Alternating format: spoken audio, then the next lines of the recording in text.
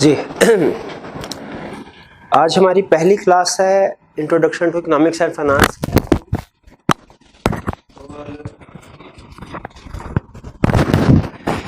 इस क्लास में हम कोई टेक्निकल कंसेप्ट नहीं डिस्कस करने जा रहे इकोनॉमिक्स का, लेकिन कुछ ऐसे प्लानिंग मैटर्स हमने डिस्कस करने हैं, कुछ ऐसी चीज़ें डिस्कस करनी हैं जो थ्रू आउट द सेशन हमारे काम आएंगे। तो कुछ इंट्रोडक्शन इसमें सब्जेक्ट के हवाले से होगा, कुछ टीचर के हवाले से, कुछ हम प्लानिंग शेयर करेंगे कैसे हमने इस सब्जेक्ट को आगे लेके चलना है, लेक्चर किस तरह प्लान होगा। तो सबसे पहले अपना इंट्रोडक्शन करवा दूं। मेरा नाम मोहम्मद आसिफ है। मैंने सीए क्वालिफाई किया 2008 में, और उसके बाद जिस फर्म से मैंने सीए क्वालिफाई किया है Ferguson and company chartered accountants, उसी फर्म में कुछ अर्सा मैंने एज मैनेजरियल लेवल पे जॉब की। फिर 2009 में शिफ्ट हो गया मैं फुल टाइम टीचिंग प्रोफेशन में। 2009 से आज तक 10 साल से तकरीबन कुछ ज़्यादा अर्सा हो गया है मैं फुल टाइम टीचिंग प्रोफेशन के साथ ही अटैच हूँ। इसमें इकोनॉमिक्स का सब्जेक्ट भी पढ़ाता हूँ, इसके अलावा और सब्जेक्ट्स लॉ और ऑडिट, ये सब्जेक्ट भी मैं टीच करता हूँ। ये तो थोड़ा सा इंट्रोडक्शन था मेरा। अहम चीज़ जो आपके लिए जानना है वो ये कि एक चार्टर्ड अकाउंटेंट क्यों पढ़ाना चाहिए ये सब्जेक्ट इकोनॉमिक्स। देखिए, इकोनॉमिक्स जो है वो नॉर्मली एक ऐसा सब्जेक्ट समझा जाता है जो क्रिटिकल सब्जेक्ट नहीं है, सीए में नॉन कोर सब्जेक्ट समझा जाता है। और किसी हद तक ये बात है भी ठीक, क्योंकि आपने चार्टर्ड इकोनॉमिस्ट तो नहीं बनना, आपने तो चार्टर्ड अकाउंटेंट बनना है। लेकिन जब तक सीए के सारे सब्जेक्ट पास नहीं करेंगे आप चार्टर्ड अकाउंटेंट नहीं बन सकते। अगर फर्ज कीजिए बाकी सारे सब्जेक्ट पास कर लिए, एक बिजनेस मैनेजमेंट का सब्जेक्ट पास नहीं कर सके, तो फिर भी आप चार्टर्ड अकाउंटेंट नहीं बन सकेंगे। चार्टर्ड अकाउंटेंट बनने के लिए सारे सब्जेक्ट पास करना ज़रूरी है। तो चाहे हमारी प्रैक्टिकल लाइफ में इकोनॉमिक्स जो है उसका इतना ज़्यादा अमल दखल ना हो, लेकिन फिर भी हमारे लिए इसको पास करना ज़रूरी है चार्टर्ड अकाउंटेंट बनने के लिए। तो ये चीज़ तो अपने जहन से निकाल दीजिए कि ये एक नॉन कोर सब्जेक्ट है, ये एक कोर सब्जेक्ट इसको समझिए, क्योंकि इसको पास किए बगैर क्वालिफाई नहीं कर सकते आप। और दूसरा, अगर आप कंपेयर करें रिजल्ट्स की बेस पर, देखिए बजाय ये कि हम किसी सब्जेक्ट को उसकी नेचर के हिसाब से, अपनी पर्सनल लाइकिंग डिसलाइकिंग के हिसाब से हम वैल्यूएट करें कि ये सब्जेक्ट जो है वो अच्छा है या ये सब्जेक्ट जो है बस इसको जो है तो थोड़ा बहुत पढ़ लेना काफ़ी है, हम रिजल्ट्स की बेस पे, फैक्ट्स एंड फिगर की बेस पे बात करते हैं। अगर आप पिछली कुछ अटैम्प्ट्स के रिजल्ट्स के ऊपर नज़र दौड़ाएं, और ये रिजल्ट्स वो हैं जो ICAP की वेबसाइट से लिए गए हैं। ICAP हर अटैम्प्ट के बाद रिजल्ट्स को अपलोड करता है कि किस सब्जेक्ट में कितने स्टूडेंट्स ने पेपर दिया और उसमें से कितने पास हुए। अगर आप कंपेयर करें इंट्रोडक्शन और टू अकाउंटिंग और इकोनॉमिक्स का, ये मैं इकोनॉमिक्स का कंपैरिजन इंट्रोडक्शन टू अकाउंटिंग के साथ इसलिए कर रहा हूँ क्योंकि नॉर्मली जो स्टूडेंट इकोनॉमिक्स पढ़ते हैं उसके साथ दूसरा सब्जेक्ट इंट्रोडक्शन टू अकाउंटिंग रखा होता है।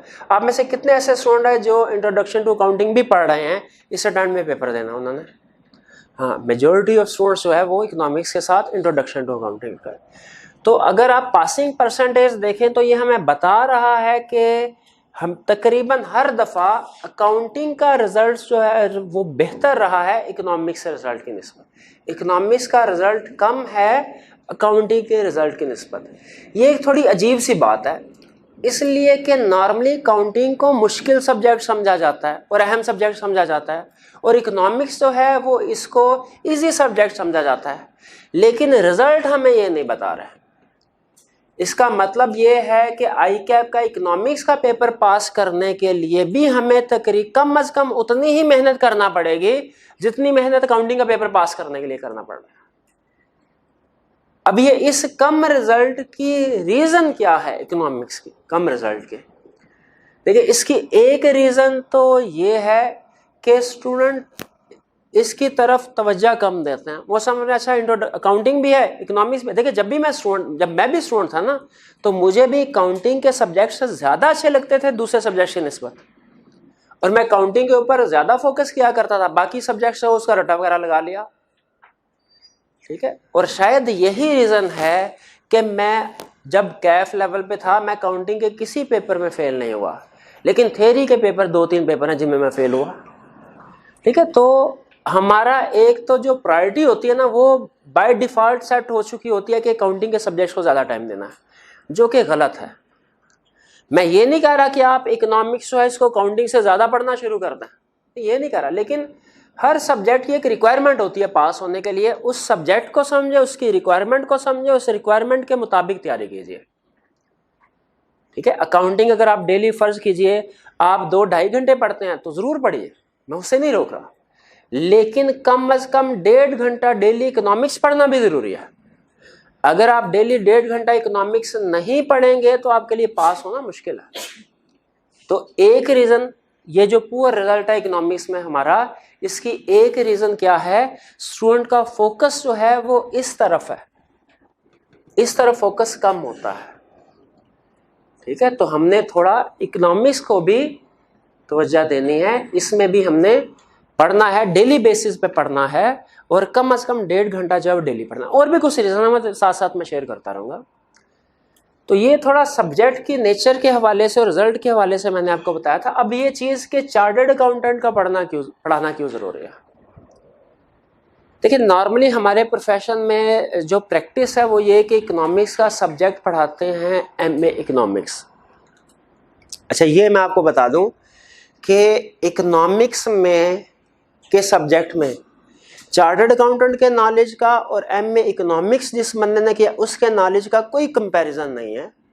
एमए इकोनॉमिक्स जिसने किया है उसका इकोनॉमिक्स में नॉलेज बहुत ही ज़्यादा है, इसमें तो कोई दूसरी बात है ही नहीं। ठीक है, इकोनॉमिक्स में नॉलेज उनका ज़्यादा होता है। लेकिन मैंने अपनी प्रैक्टिस में, जब मैंने ट्रेनिंग की, प्रैक्टिस में की, मैंने 100 चीज़ें सीखी, लेकिन टीचिंग लाइन में आके उन 100 में से सिर्फ 2 चीज़ें इस्तेमाल हो रही हैं। मुझे बताइए, क्या मेरे स्टूडेंट को इस चीज़ का कोई फ़ायदा है कि जो मैंने बाकी 98 चीज़ें सीखी हैं वो क्या थी? उनको, मुझे भी कोई फ़ायदा नहीं है। मुझे अगर जब मैं आर्टिकल कर रहा था और मुझे पता होता कि मैंने आगे टीचिंग में जाना है, मैं शायद बाकी सारी चीज़ें छोड़ देता। तो असल चीज़ जो टीचिंग में मैं कहा करता हूँ, जो असल गेम है वो ये नहीं है कि मुझे कितनी चीज़ें आती हैं, मुझे चाहे 1000 चीज़ें आनी हो, मैं अच्छा पढ़ाता हूँ, अच्छा टीचर हूँ कि नहीं हूँ, ये डिपेंड करेगा आईकैप के सिलेबस पे, कि उस सिलेबस में कितनी चीज़ें हैं वो मुझे अच्छे तरीके से आती हैं कि नहीं आती। ठीक है, और असल चीज़ जो है वो टीचिंग में नॉलेज कम और कम्युनिकेशन ज़्यादा होती है। ठीक है, तो इसीलिए पहली चीज़ मैं कंपैरिजन इसलिए नहीं करवा रहा कि मैं ये कहना चाह रहा हूँ कि जी चार्टर्ड अकाउंटेंट्स बेहतर होते हैं और एमए इकोनॉमिक्स वाले जो हैं वो बेहतर, मैं हरगिज़ ऐसा नहीं कर रहा, ये चीज़ ध्यान में रखिएगा। ठीक है, वो अलहदा क्वालिफिकेशन है, उसकी अलहदा इंपॉर्टेंस है। मैं सिर्फ ये बताना चाह रहा हूँ कि नॉर्मली हमारे प्रोफेशन में चार्टर्ड अकाउंटेंट्स इस सब्जेक्ट को नहीं पढ़ाते, जो मेरे ओपिनियन में गलत है। मेरे ख्याल में सीए का हर सब्जेक्ट जो है वो चार्टर्ड अकाउंटेंट को पढ़ाना चाहिए, चाहे वो मैथ स्टैट क्यों ना हो। रीज़न क्या है इसकी, ये सुन लीजिए। देखिए, इकोनॉमिक्स आप सीए में पढ़ रहे हैं, प्रोबेबली आपने शायद इससे पहले इकोनॉमिक्स अगर एफए बीए वगैरह बीएससी या कोई दूसरे सब्जेक्ट आईकॉम बीकॉम वगैरह किया, उसमें भी इकोनॉमिक्स का सब्जेक्ट पढ़ा होगा, लेकिन दोनों के सिलेबस चाहे सेम है, लॉस चाहे सेम है जो हम पढ़ रहे हैं, लेकिन दोनों की टेस्टिंग में ज़मीन और आसमान का फ़र्क है। जो हमारी नॉर्मल एकेडमिक क्वालिफिकेशन होती है उसमें क्या होता है, 15 नंबर 20 नंबर के क्वेश्चन होते हैं, उसमें कहते हैं जी ये 8 क्वेश्चन हैं, ये 10 क्वेश्चन है, इसमें कोई से 5 क्वेश्चन कर लीजिए, और हर क्वेश्चन जो है वो 20 मार्क्स का होता है, 15 मार्क्स का होता है। इसका मतलब ये है कि स्टूडेंट जब कोई टॉपिक 15 मार्क्स का वो पूछ रहा है, आपको उसके बारे में जो कुछ आता है वो सारा कुछ लिख दें। अगर कोई चीज़ नहीं भी आती तो दूसरी चीज़ ज़्यादा लिख दीजिए, आपकी कमी पूरी हो जाएगी। एकेडमिक क्वालिफिकेशन में तो ऐसे होता है, हमारा सीए की फील्ड में ऐसे नहीं होता। इसमें आईकैप क्या करता है, अगर कोई थ्योरी है फॉर एग्जांपल जो कि दूसरी एग्जामिनेशन बॉडी में 20 मार्क्स की पूछी जाती है, हमारा एग्जामिनर क्या, हमारा एग्जामिनर याद रखें वो एग्जामिनर वो एकेडमिक वाले जो हमारा फॉर एग्जांपल ये पंजाब यूनिवर्सिटी या लाहौर बोर्ड के एग्जामिनर की तरह नहीं है। हमने देखा होगा कि 1-2 साल पहले वो जो बीकॉम का पेपर था उसमें एक ही क्वेश्चन क्वेश्चन नंबर 5 था फॉर एग्जाम्पल, और एग्जैक्टली वही क्वेश्चन क्वेश्चन नंबर 8 था, एग्जैक्टली 100% वही क्वेश्चन, यानी किसी ने देखा ही नहीं कि क्वेश्चन जो है वो रिपीट हो रहा है। कितनी बड़ी गलती। हमारा एग्जामिनर ऐसा नहीं है, हमारा एग्जामिनर शॉर्प है, वो रिसर्च करता रहता है कि स्टूडेंट जो है वो किस तरह तैयारी कर रहे हैं, कौन सा टॉपिक छोड़ के जा रहे हैं, वो उस टॉपिक को टेस्ट करने की कोशिश करेगा जो स्टूडेंट छोड़ के जाते हैं। उसी तरह एग्जामिनर कभी भी 15-20 नंबर का क्वेश्चन नहीं पूछेगा, वो उस थ्योरी के अंदर जो सबसे मुश्किल चीज है वो 2 नंबर के साथ पूछ लेगा। टेस्टिंग स्टाइल डिफरेंट है। देखिए, आप चार्टर्ड अकाउंटेंट बनने जा रहे हैं, मैं अक्सर स्टूडेंट को ये पहले दिन ये बात समझा देता हूं, वैसे तो और भी लोगों से आपने बात समझी होगी। हम लोग जो हैं एमबीए की अर्निंग में, मंथली अर्निंग में और चार्टर्ड अकाउंटेंट की मंथली अर्निंग अगर एवरेज बेसिस पे अगर हम कंपैरिजन करें तो रफली 8-10 गुना ज्यादा का फर्क है। चार्टर्ड अकाउंटेंट ज्यादा अर्निंग कर रहे हैं। अब हम अगर अर्निंग ज्यादा कर रहे हैं तो फिर डिफरेंस किस, अब देखिए अगर आप कास्ट का भी कंपैरिजन करें तो एमबीए करने के लिए आजकल किसी अच्छी प्राइवेट यूनिवर्सिटी से एमबीए करें, उसमें आपके ज्यादा कॉस्ट लगेगी, ज्यादा इन्वेस्टमेंट लगेगी सीए की निस्बत। लेकिन देखिए कॉस्ट भी कम है, ठीक है, अर्निंग भी ज्यादा है, तो फिर डिफरेंस किस चीज का होता है? डिफरेंस उस एफर्ट का होता है, कोशिश का होता है जो सीए का स्टूडेंट इनपुट दे रहा होता है। और हमारा प्रोफेशन हमें सिखाता है मेहनत करना, ठीक है। आप एक एक दिन में 16-16, 17-17 घंटे मेहनत करते हैं और वो काम करते हैं जो दूसरे लोग 1 महीने में करेंगे कंप्लीट किसी टास्क को, हम लोगों को वही टास्क जो है वो 2-3 दिन में कंप्लीट करने के लिए कहा जाता है। और हमारी ट्रेनिंग ऐसे करवाई जाती है कि हम इस काबिल हों कि इस तरह के टास्क को मिनिमम टाइम में कंप्लीट कर सकें। तो ये जहन में रखिएगा कि जो एफए बीए वगैरह में इकोनॉमिक्स होती है वो, और जो हमारी सीए की इकोनॉमिक्स है, सिलेबस चाहे सेम होगा लेकिन इसकी टेस्टिंग में जमीन और आसमान का फर्क है। और मेरा पर्सनल व्यू ये है कि देखिए, मुझे अगर फर्ज कीजिए मैं सीए में एक सब्जेक्ट पढ़ा रहा हूं, मैं एक दूसरा सब्जेक्ट पढ़ाता हूं फॉर एग्जांपल, ठीक है, वो मैं पिछले 10 साल से पढ़ा रहा हूं। अब इसका मतलब यह 10 साल अगर आप किसी भी फील्ड में लगा दें तो आपको तो उसकी इची बिची का पता चल जाता क्या है। तो इसी तरह इसमें, लेकिन अगर मुझे कहा जाए कि आपने यही सब्जेक्ट एसीसीए वालों को पढ़ाना है तो मैं कहूंगा मैं नहीं पढ़ा सकता। और मैं इसलिए नहीं कह रहा कि मैं जो है वो कसरे नफसी से काम ले रहा हूं, मैं वाकई नहीं पढ़ा सकता। क्यों नहीं पढ़ा सकता? क्योंकि सीए की सिलेबस चाहे सेम होगा लेकिन आईकैप की टेस्टिंग चेकिंग में और एसीसीए वालों की टेस्टिंग में बहुत ज्यादा फर्क है। आईकैप, मुझे पता है कि आईकैप जब एक क्वेश्चन पूछेगा उसमें ये लफ्ज उसने देखना है, इसके नंबर देने, इसके नंबर नहीं देने। एसीसी वालों का मुझे नहीं पता। अब मुझे पता है आईकैप जब ये क्वेश्चन देगा तो 2 नंबर के साथ पूछता है, एसीसी वाले जब क्वेश्चन देंगे वो 10 नंबर के साथ पूछ लेंगे। अब मुझे नहीं पता कि वो कंसेप्ट तो 2 नंबर के बाद खत्म हो जाना है, बाकी आगे क्या चलाना है मुझे नहीं पता, क्योंकि मैं उस स्कीम से नहीं गुजरा हुआ, ठीक है, उस स्कीम से नहीं गुजरा। हमारे पंजाबी में एक कहावत होती है कि राह पे आ जाने या वहां पे आ जाने। इसका मतलब ये होता है कि जिस रास्ते से आप गुजर चुके हैं ना, वो जो किसी रास्ते से बंदा गुजर चुका है वही उस रास्ते के बारे में बेहतर जानता है। जो किसी फील्ड से रास्ते से नहीं गुजरा वो उसकी ऊंच नीच के बारे में नहीं जानता उतना, ठीक है। तो इसीलिए मैं पर्सनली ये समझता हूँ, सिर्फ इस सब्जेक्ट के हवाले से नहीं बल्कि ओवरऑल स्कीम के हवाले से, कि हमारे प्रोफेशन में हर सब्जेक्ट एक चार्टर्ड अकाउंटेंट को पढ़ाना चाहिए, क्योंकि उसको पता है कि इस सब्जेक्ट में कितने कंसेप्ट हैं और आगे चल के प्रैक्टिकली किस किस जगह पे अप्लाई होने हैं। अब जैसे शायद आपको ये सुन के हैरानगी होगी कि आप ये जो जिस सब्जेक्ट को आसान, मतलब एक आम सा सब्जेक्ट समझ रहे हैं इस फेज पे, ये कैफ टू इकोनॉमिक्स, ये सीफैप लेवल पे जाके आपके सबसे मुश्किल सब्जेक्ट की बेस बनाता है। अब अगर यहाँ पे आपने अच्छे तरीके से तैयारी की होगी ना तो वहां पे जाके आपकी बेस स्ट्रांग होगी, आप उस सब्जेक्ट को अच्छे तरीके से पिक कर सकेंगे। और मेरी कोशिश होगी कि आपको इस तरीके से समझाऊं कि आपकी बेस भी सीफैप लेवल पे, जब आप पहुंचे आपको यहाँ पे सीखे हुए कंसेप्ट वहां पे याद आए कि अच्छा ये चीज हमने थोड़ी सीखी थी। मतलब मैं ये तो नहीं कह रहा कि मैं उसकी तैयारी करवाना शुरू करवा दूंगा, वो शायद 1-2% भी ना हो कंसेप्ट जो आप यहाँ पे सीखेंगे, लेकिन बेस अच्छी डेवलप हो जाती है, ठीक है। और यहाँ पे अब देखें, फर्ज कीजिए अब अगर मैं फॉर एग्जाम्पल पंजाब यूनिवर्सिटी के क्वेश्चंस आपकी प्रैक्टिस कराता हूँ, ठीक है, वहां पे तो उनका टेस्टिंग सिस्टम बिल्कुल डिफरेंट है, वो तो हमारे लिए इररेलेवेंट है, ठीक है, वो तो टाइम वेस्ट है। यहाँ पे आई कैप आप खुद जब किसी भी चैप्टर को कंप्लीट करेंगे उसके बाद हम उसके पास पेपर के क्वेश्चन प्रैक्टिस करेंगे, आपको खुद अंदाजा हो जाएगा कि आई कैप यहाँ कितना डिटेल लेवल पे जाके एक कंसेप्ट पूछता है और सिर्फ 2-3 नंबर के साथ पूछ लेता है। वो चीज जो सबसे मुश्किल होगी वो पूछ लेगा, ठीक है, क्योंकि देखिए उसने आपको एक एवरेज प्रोफेशनल नहीं बनाना, ठीक है, चार्टर्ड अकाउंटेंट बनाना है, आपने जाके आगे बिजनेस में जाके लीड करना है, लोगों को ऑर्गेनाइजेशन चलानी है। वो डेफिनेटली आपकी आपसे एक्सपेक्टेशन भी उसकी यही है, वो यहीं से आपकी टेस्टिंग करना शुरू कर देगा।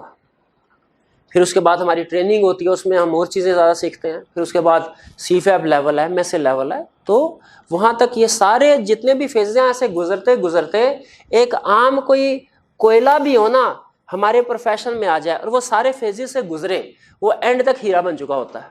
ये CA की ब्यूटी है। तो ये चीज़ हमने जहन में रखनी है कि इकोनॉमिक्स को हमने इजी सब्जेक्ट नहीं, ये बहुत ज़्यादा मुश्किल नहीं है, ये मैं अगर मुश्किल होता मैं आपको बता देता, ठीक है, मुझे कोई ज़रूरत नहीं आपको मोटिवेट करने की या आपको रिलैक्स करने की, जो चीज़ जैसी है मैं कोशिश करूँगा वैसी आपके सामने रखूँ, बहुत ज़्यादा मुश्किल नहीं, इजी सब्जेक्ट है। लेकिन मसला ये है कि आप भी इसको इजी ले लेते हैं कि बस कभी पढ़ा तो पढ़ा, नहीं पढ़ा तो ना पढ़ा, ये ऐसे नहीं होगा, ठीक है। आपको हर रोज़ 1.5 घंटे अगर इकोनॉमिक्स पढ़ते हैं, डेली क्लास में आते हैं, तो इंशाल्लाह आप आसानी के साथ कवर कर लेंगे। और ये जहन में रखिएगा कि टीचर का कोई सब्स्टिट्यूट नहीं होता। दुनिया की आप बेहतरीन किताब भी ले लीजिए, वो भी टीचर का सब्स्टिट्यूट नहीं है, ठीक है। और टीचर चाहे सबसे फारिग क्यों ना हो, मे भी कोई स्टूडेंट समझ यार कोई फारिग टीचर आ गया किसी लेक्चर में, बाज़-औक़ात ऐसा होता है लेक्चर नहीं समझ में आ रहा होता, तो जहन में रखिएगा कि अगर दुनिया का फारिग तरीन टीचर है उससे क्लास में पढ़ना बेहतर है कि आप घर में बैठ के खुद से किताबें देख रहे हो, क्योंकि टीचर को फिर भी अंदाज़ा है, और कुछ भी ना सही वो आपको ये तो बता देगा कि ये चीज़ सिलेबस में है, ये चीज़ सिलेबस में नहीं, और ये चीज़ इस तरह टेस्ट होनी है, ठीक है। इससे आपकी ट्यूनिंग हो जाती है, डायरेक्शन सेट हो जाती है, खुद अपनी मेहनत करते रहते हैं। तो ये थोड़ा सा मैं इंट्रोडक्शन आपको ये बताना ज़रूरी था कि चार्टर्ड अकाउंटेंट जो है वो क्यों ज़रूरी है, क्योंकि उसको पता है कि आई कैप ने आपका पेपर चेक करना है, किस तरीके से चेक करना है, किस चीज़ को देख के नंबर देगा, किस चीज़ को देख के नंबर काटेगा, क्योंकि वो खुद उस फील्ड से गुजरा हुआ है, खुद उस फेज से गुजरा हुआ है। फिर इसके बाद एग्जाम स्ट्रक्चर आपके साथ शेयर कर लेता हूँ। एग्जाम स्ट्रक्चर हमारा पेपर कैसा होगा, देखिए इकोनॉमिक्स का पेपर जो है ये 2 हिस्से होंगे इसमें इकोनॉमिक्स के। Introduction to economics and finance officially हमारा टाइटल है। 2 हिस्से होंगे, कौन कौन से? एक को हम कहते हैं माइक्रो इकोनॉमिक्स, एक को कहते हैं मैक्रो। दोनों में फर्क क्या है मैं इस तरफ अभी नहीं जा रहा। 2 हिस्से माइक्रो इकोनॉमिक्स, मैक्रो इकोनॉमिक्स, या यूं कह लीजिए हमारे 2 पार्ट होंगे, part A part B. Part A जो है वो माइक्रो इकोनॉमिक्स का, पार्ट बी जो है वो मैक्रो इकोनॉमिक्स का। पार्ट ए के 50 मार्क्स, पार्ट बी के 50 मार्क्स, 100 मार्क्स का पेपर। यहां तक क्लियर है? आगे चलते हैं। माइक्रो इकोनॉमिक्स में 2 हिस्से होंगे पेपर के। एक में होंगे प्रोबेबली 4 क्वेश्चंस होंगे, 4 क्वेश्चंस, और इन 4 क्वेश्चंस के एग्रीगेट मार्क्स होंगे 35। ये हमारे डिफरेंट टॉपिक से उसने छोटे छोटे क्वेश्चन उठाएंगे, और ये 4 क्वेश्चन में ये नहीं होगा क्वेश्चन नंबर 1 ये पूरा क्वेश्चन 15 नंबर का 10 नंबर का, नहीं। क्वेश्चन नंबर 1 उसके आगे 3 पार्ट होंगे, part A, part B, part C. किसी क्वेश्चन में हो सकता है 2 सब पार्ट्स हो, किसी क्वेश्चन में हो सकता है 4 सब पार्ट्स हो, ठीक है। वो आई कैप की मर्जी है, जिस तरह मर्जी क्वेश्चन बनाए। 4 क्वेश्चन होंगे इंक्लूडिंग सब पार्ट, और टोटल मार्क्स कितने होंगे? 35। इसके बाद क्वेश्चन नंबर 5 होगा, एक क्वेश्चन होगा प्रोबेबली क्वेश्चन नंबर 5, वो 15 मार्क्स का होगा। भाई इसमें क्या खास बात है, इसको लैदा क्यों किया? ये एमसीक्यू बेस्ड होगा, एमसीक्यू बेस्ड। और एमसीक्यू बेस्ड क्वेश्चन ये आई कैप ने रखा किस लिए? इंटरेस्टिंगली सिलेक्टिव स्टडी ना कर सके शो।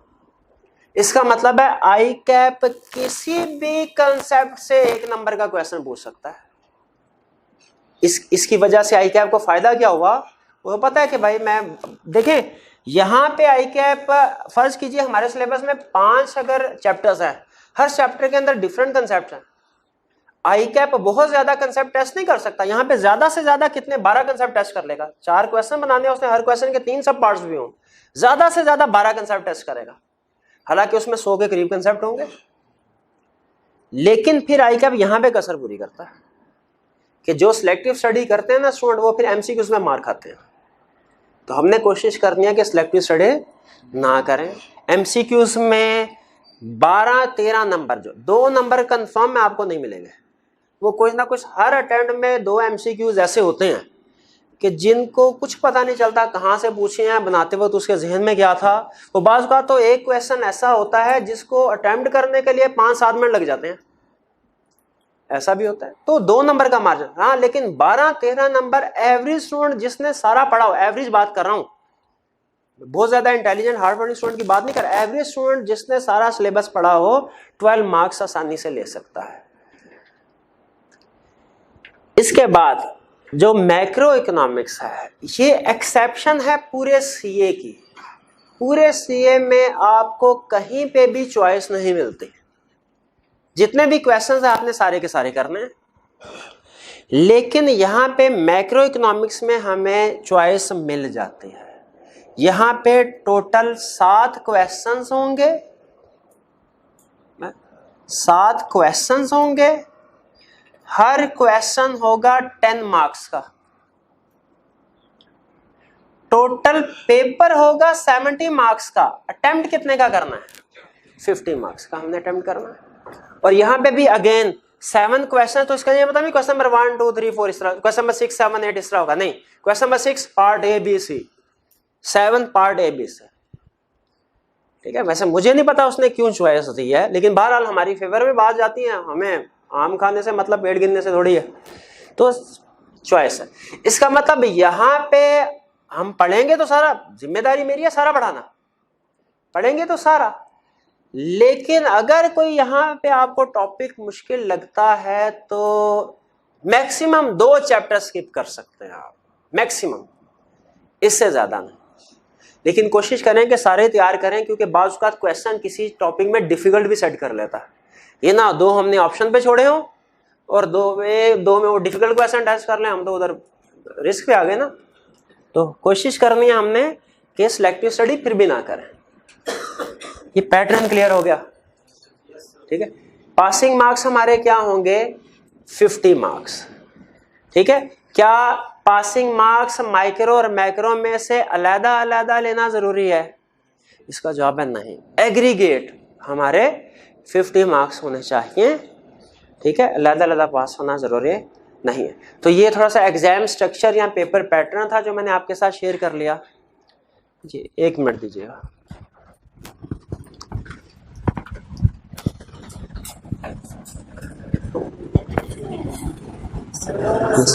क्लास में जैसे में वीडियो रिकॉर्डिंग हो रही होती है तो इसमें जी जी बताइए। आज हमारी फैमिली की क्लास होगी? बिल्कुल होगी, बिल्कुल होगी।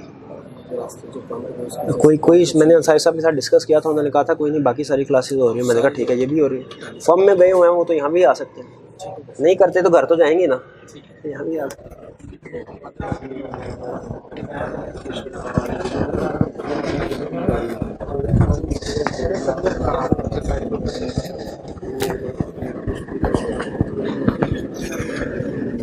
जी, तो एग्जाम स्ट्रक्चर आपके साथ डिस्कस कर दिया, और जहन में रखिएगा इसमें प्रिपरेशन करते हुए आई कैप 2 मार्क्स 3 मार्क्स 4 5 मार्क्स इस रेंज में टेस्टिंग कर रहा होगा। बहुत ज़्यादा हाई मार्क्स के साथ क्वेश्चन टेस्ट नहीं करता आई कैप नॉर्मली, ठीक है। इक्का दुक्का केस में शायद कोई एक्सेप्शन आपको नजर आ जाए, वरना नॉर्मली जो करंट प्रैक्टिस है 2 3 4 5 मार्क्स इस तरह वो टेस्टिंग कर रहा होता है। अब मेथोडोलॉजी, हमने इस क्लास को कैसे लेके चलना है। अब देखिए, हमने क्लास में लेक्चर डिलीवर किया, मैंने आपको समझ आ गया, ये काफ़ी नहीं है। टीचिंग जो है, मैं हमेशा कहा करता हूँ, ये 1 वे प्रोसेस नहीं है, ये 2 वे प्रोसेस है। जब तक आप पार्टिसिपेट नहीं करेंगे, आपकी तरफ से फीडबैक नहीं मिलेगा, मुझे वैल्यूएट नहीं मैं कर सकता कि मैं सही तरीके से पढ़ा रहा हूं कि नहीं, मैंने जो चीज़ आपको समझानी चाहिए थी वो आपको समझ आ गई कि नहीं, कि आप ICAP के पॉइंट ICAP के स्टैंडर्ड के मुताबिक किसी क्वेश्चन को प्रेजेंट कर सकते हैं कि नहीं। अगर मैं सिर्फ आके वर्बल लेक्चर देता रहूं और आप सुनते रहे, ये चीज़ें वैल्यूएट नहीं हो सकती। तो ICAP के लेवल के मुताबिक प्रैक्टिस करने के लिए ज़रूरी है कि हम ICAP के पास पेपर जो हैं उनको भी अटेम्प्ट करें, उनको भी साथ देखते रहें, ठीक है। और वो हम कोशिश करेंगे कि हर लेक्चर में कुछ ना कुछ पास पेपर की डिस्कशन हमारी होती रहे। इसमें आपकी तरफ से जो फीडबैक चाहिए होगा वो ये कि आप हमारे राइज में वीकली टेस्ट हुआ करते हैं, ठीक है। आपको जो डे एलोकेट किया होगा प्रोबेबली वो थर्सडे एलोकेट किया गया होगा, आपको बता दिया जाएगा। तो हर जुमेरात को आपका वीकली टेस्ट हुआ करेगा तकरीबन 1 घंटे का। उसमें एग्जाम लेवल के क्वेश्चंस होंगे, आपने उनके रिटन फॉर्म में प्रैक्टिस करनी होगी। क्योंकि देखिए बाज़ औक़ात ऐसा था पढ़ के लगता है कि हमें ये क्वेश्चन आता है, लेकिन जब लिखने बैठते हैं तो जहन में चीज़ें नहीं आ रही होती कि कैसे इसको लिखा जाए। 2-3 लाइनें लिखने के बाद बस दिमाग माफ हो जाता है। तो एक हमने प्रैक्टिस करते रहना है कि हाथ हमारा चलता रहे एग्जाम में भी। इसके लिए वीकली रिटन टेस्ट अटेम्प्ट करना ज़रूरी है। प्लस इसके अलावा आपको होम असाइनमेंट्स भी दी जाएंगी। जैसे ही कोई चैप्टर कंप्लीट होगा, उस चैप्टर से रिलेटेड जो पास पेपर के क्वेश्चन हैं वो आपको होम असाइनमेंट की शक्ल में दिए जाएंगे। उसमें जो तो क्वेश्चन आम से रूटीन नेचर के होंगे वो मैं आपको बता दूंगा कि आपने सिर्फ रीड करना है। जो क्वेश्चन अच्छे हुए, टेक्निकल हुए, प्रैक्टिस करने की ज़रूरत हुई, तो वो मैं आपसे कहूँगा कि आपने इनको रिटन फॉर्म में अटेम्प्ट करना है। लेकिन आपको रिटन असाइनमेंट देते हुए मैं इस चीज़ का ध्यान रखूंगा कि आपको डेली बेसिस पे 1.5 घंटे से ज़्यादा काम ना मिले कभी भी, ठीक है। क्योंकि आपने जो करंट लेक्चर है उसको भी पढ़ना है, प्रीवियसली अगर कुछ लेक्चर्स हैं उनको भी याद करना है, और फिर होम असाइनमेंट भी करने हैं। तो इन फैक्टर्स को सामने रखते हुए मैं आपको होम असाइनमेंट दिया करूंगा। बहुत ज़्यादा क्वेश्चन नहीं होंगे रिटन फॉर्म में अटेम्प्ट करने के लिए, लेकिन फिर भी कुछ क्वेश्चन जो प्रैक्टिस करने ज़रूरी है होम असाइनमेंट की फॉर्म में आपने प्रैक्टिस करने हैं। कुछ प्रैक्टिस हम करेंगे वीकली टेस्ट की शक्ल में, ठीक है, और बाकी जो है वो हम क्लास में डिस्कशन करते रहेंगे। तो ये मेथोडोलॉजी होगी हमारी। वीकली टेस्ट आपने ज़रूर अटेम्प्ट करना है, होम असाइनमेंट्स में वो ज़रूर करनी है। फिर इसके बाद स्टडी मटेरियल क्या यूज़ करेंगे, ये अहम चीज़ है। स्टडी मटेरियल हम क्या यूज़ करने जा रहे हैं, देखिए बिल्कुल सिंपल आंसर, जिसमें से पेपर आना है। पेपर किस में से आना है, ICAP के स्टडी टेक्स्ट में से और क्वेश्चन बैंक में से जो क्वेश्चन हैं। तो मेरी रिस्पॉन्सिबिलिटी मैं पहले दिन आपके साथ शेयर करता हूं। मेरी रिस्पॉन्सिबिलिटी क्या है कि आपको ICAP का स्टडी टेक्स्ट और क्वेश्चन बैंक, इसमें जितने भी कंसेप्ट्स हैं 100% सिखाऊं, 99% भी नहीं, 100% कंसेप्ट सिखाऊं, ये मेरी रिस्पॉन्सिबिलिटी है, ठीक है। अब हम जब ICAP की बुक जो है उसको कवर करना है, तो ICAP की बुक ज़ाहिर है पहली दफ़ा तो मैं पढ़ा नहीं रहा, इससे पहले भी आप शायद इकोनॉमिक्स पहली दफ़ा पढ़ रहे होंगे, लेकिन मैंने इससे पहले भी कई दफ़ा पढ़ाई हुई है। तो ICAP की बुक जो है क्वेश्चन बैंक समेत वो हमने कई दफ़ा पढ़ी हुई है। अब उस समय स्टूडेंट पॉइंट ऑफ व्यू से कुछ इश्यूज आते हैं। टेक्निकली कोई प्रॉब्लम नहीं है, आप किसी भी प्रोफेशनल के सामने रखेंगे वो कहेगा ये अच्छी लिखी हुई है किताब, और है भी अच्छी लिखी हुई किताब, इसमें कोई शक नहीं है। लेकिन एक प्रोफेशनल के पॉइंट ऑफ व्यू से अच्छा होना और चीज़ होती है, स्टूडेंट के पॉइंट ऑफ व्यू से अच्छा होना और चीज़ होती है। प्रोफेशनल ने सिर्फ इतना देखना है कि क्या ये किताब सही करेक्ट लिखी हुई है। स्टूडेंट पॉइंट ऑफ व्यू से हमने ये भी देखना है कि करेक्ट लिखी हुई है, क्या इजी भी लिखी हुई है कि नहीं। ऐसा तो नहीं कि लैंग्वेज ऐसी है कि स्टूडेंट को सेंटेंस समझ ही नहीं आ रहा। और खासतौर पे हमारी, आपको पता है, बाय डिफॉल्ट प्रॉब्लम होती है इंग्लिश। कुछ इंग्लिश के सादा से सेंटेंस लिखे हों वो तो समझ आ जाते हैं, ठीक है। देखिए इसमें कोई आपका कसूर नहीं है, ये वाकई प्रॉब्लम है, क्योंकि हमारी मदर लैंग्वेज थोड़ी है। सादा इंग्लिश के सेंटेंस लिखे हो हमें समझ आ जाएगी। बाज़ औक़ात स्ट्रक्चर उनका कम्प्लेक्स होता है, उन्हें समझना मुश्किल होता है। कुछ वर्ड्स ऐसे होते हैं कि बंदा डिक्शनरी लेके उनको ढूंढना शुरू कर देता है, कंसेप्ट उधर रह जाता है, मीनिंग हम ढूंढना शुरू कर देते हैं। हालांकि वो इतना टेक्निकल वर्ड भी नहीं होता, उसको आसानी के साथ किसी ईजी वर्ड के साथ रिप्लेस किया जा सकता है, लेकिन नहीं किया गया होता। क्यों? क्योंकि अब देखें, जिस बंदे ने आपका मटेरियल बनाया वो तो कोई गोरा बैठा हुआ था, उसने उसकी वोकैबुलरी अच्छे थे, उसे वो लफ्ज़ आसान लगा।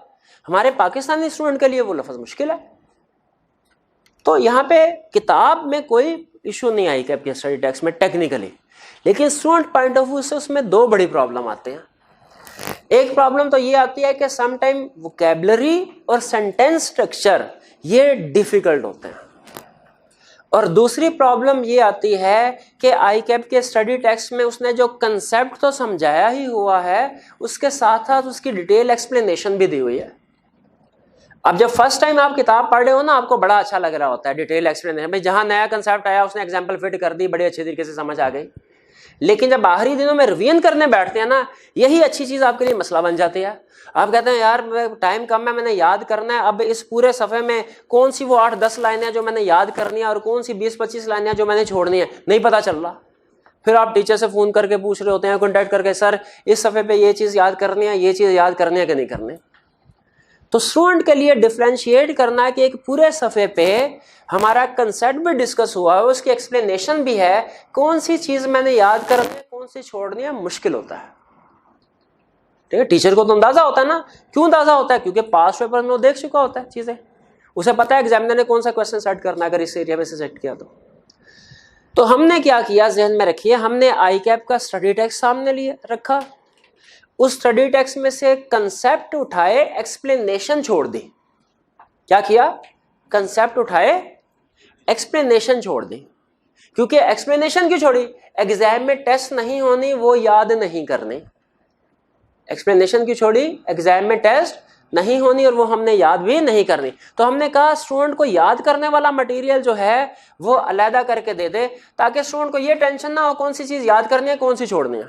जो याद करने वाली है वो सारी चीज़ इकट्ठी कर दी, जो छोड़ने वाली थी सारी चीज़ अलहदा कर दी। ये बात समझ आ गई? क्या किया उसके बाद फिर जो पास पेपर्स हैं आई कैप के इस सब्जेक्ट के, उनको उठाया, टॉपिक वाइज क्लासिफाई किया। आई कैप के क्वेश्चन बैंक के क्वेश्चन उठाए, टॉपिक वाइज क्लासिफाई किए और फिर उन्हें उस बुक के साथ ऐड कर दिया गया। उन बुक के साथ, उन कंसेप्ट्स के साथ ऐड कर दिया गया, ताकि स्टूडेंट जैसे ही कोई कंसेप्ट पढ़े उसे फौरन पता चल जाए कि इस कंसेप्ट को एग्जाम में वो कैसे टेस्ट किया करता है, क्या मेरी एग्जाम लेवल की प्रिपरेशन हो रही है कि नहीं हो रही।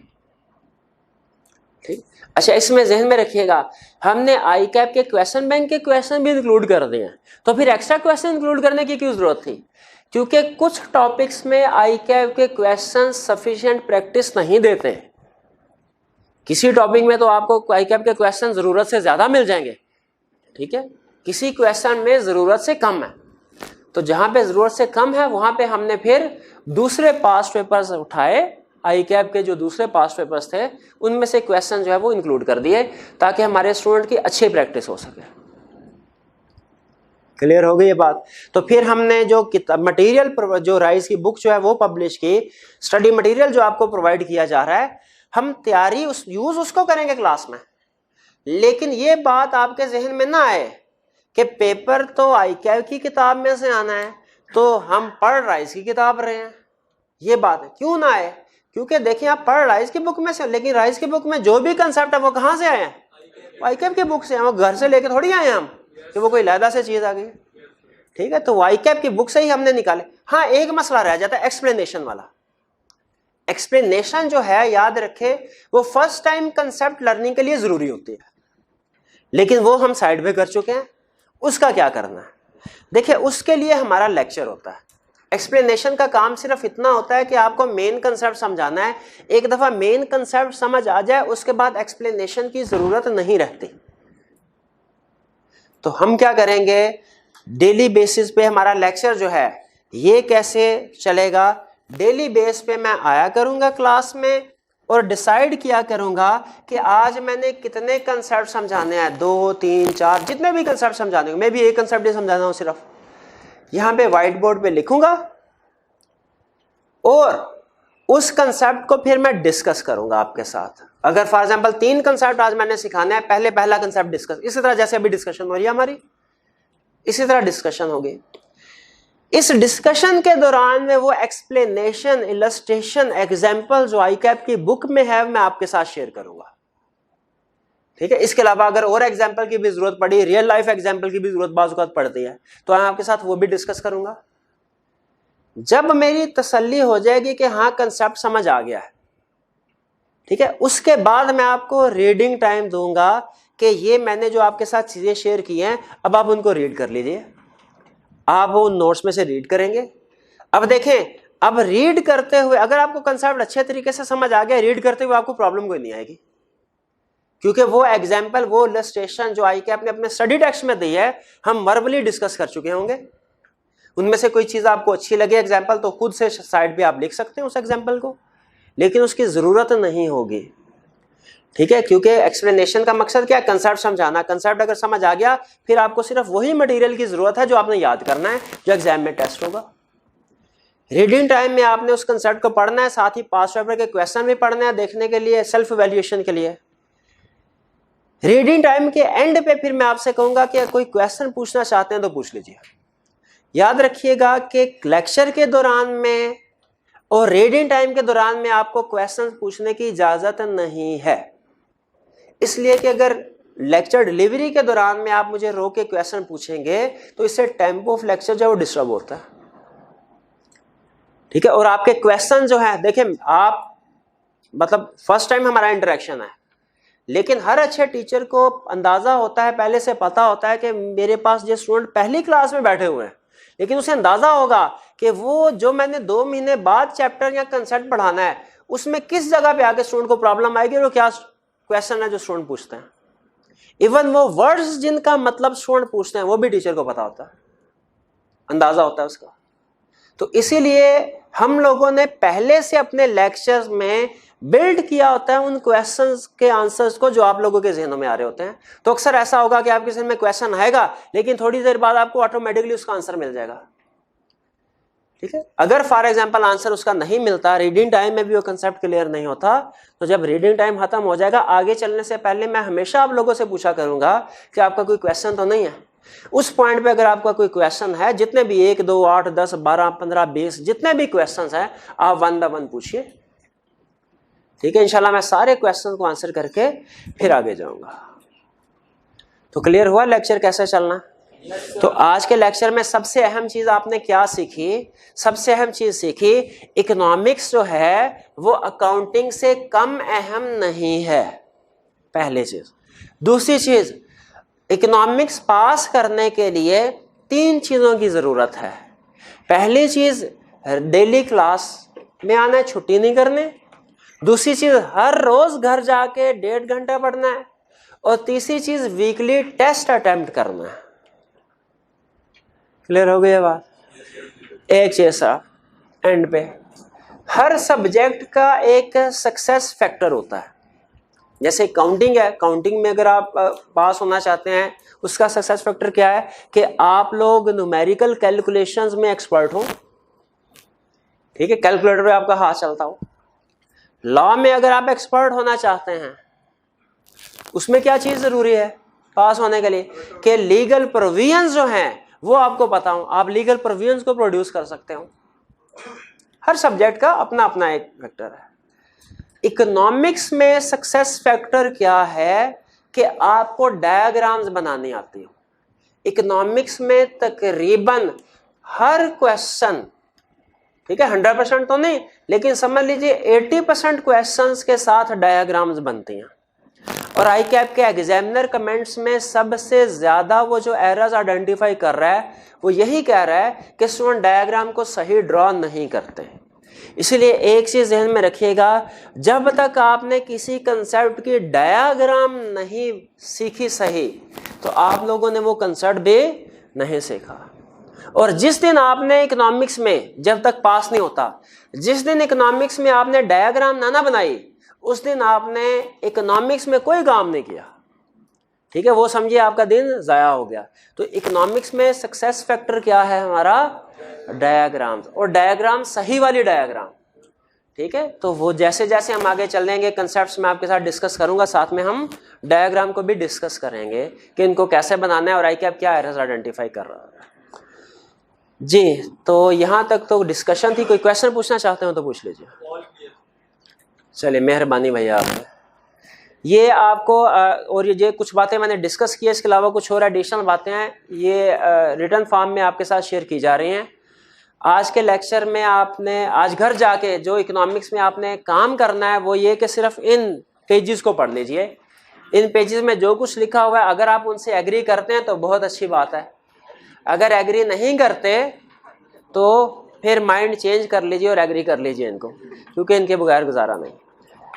चलिए आज के लिए मेरा ख्याल इतना काफ़ी। आज कोई टेक्निकल कंसेप्ट हमने डिस्कस नहीं करना। वैसे तो ऑफिशियली हमारी क्लास का टाइम जो है वो भी है तकरीबन 10 मिनट, लेकिन पहली क्लास ओरिएंटेशन क्लास है, इसलिए इसको यहाँ पे एंड कर दें। जी आज का लेक्चर है था।